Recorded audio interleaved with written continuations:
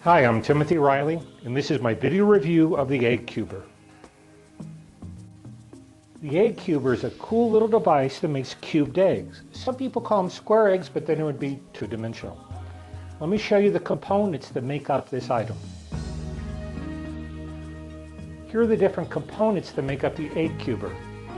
You've got the mold right here where you put the egg inside of. You've got a little disc that goes to the bottom of the mold. There's a hole there so that way you can push the egg out. Then you have the press that goes inside, holds the egg down. And then the lid that as you screw it down, the press gets tighter and tighter on the egg inside of the mold. Let's cube an egg and I'll show you how it looks. And there's a trick to peeling these, by the way. Most of you probably know this. But there's a rounded part and a pointy part.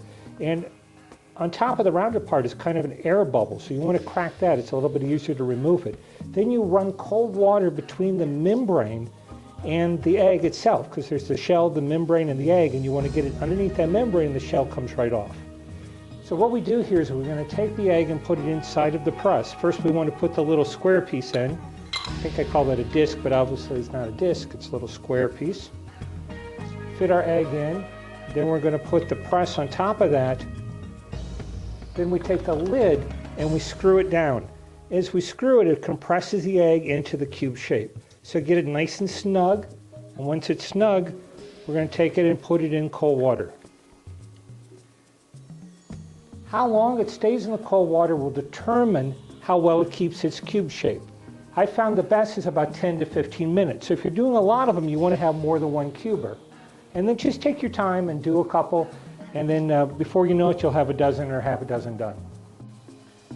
Okay, we've let this sit in the cold water for about 15 minutes, and we're going to take it out now. We're going to unscrew the top, and then we push on the square piece of plastic. The egg comes out. Sometimes you have a little piece left like that you need to trim off. I'm going to put this on a plate.